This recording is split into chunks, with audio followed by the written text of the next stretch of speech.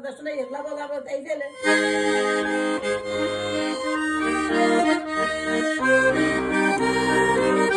Öyle bir de.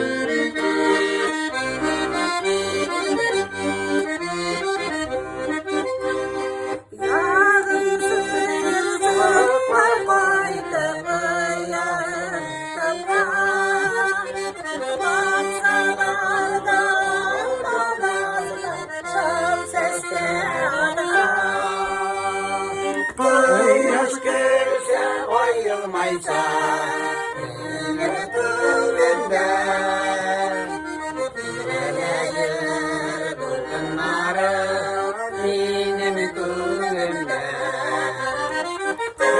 Yaş gelse ayılmaysa yine gönlümden Dileğir bunları benim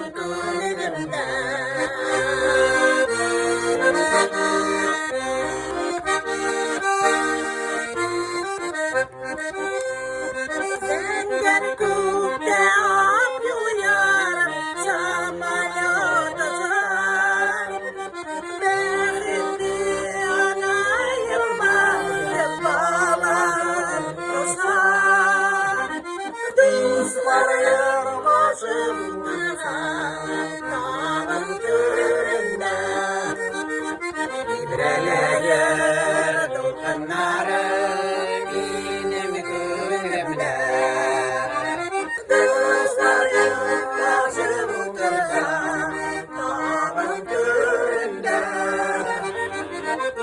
İbreleyir dokunları benim gönlümde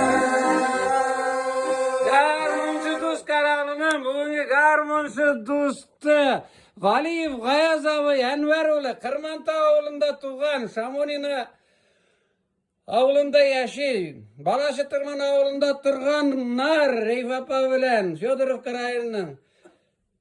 Zor rahmet sizge.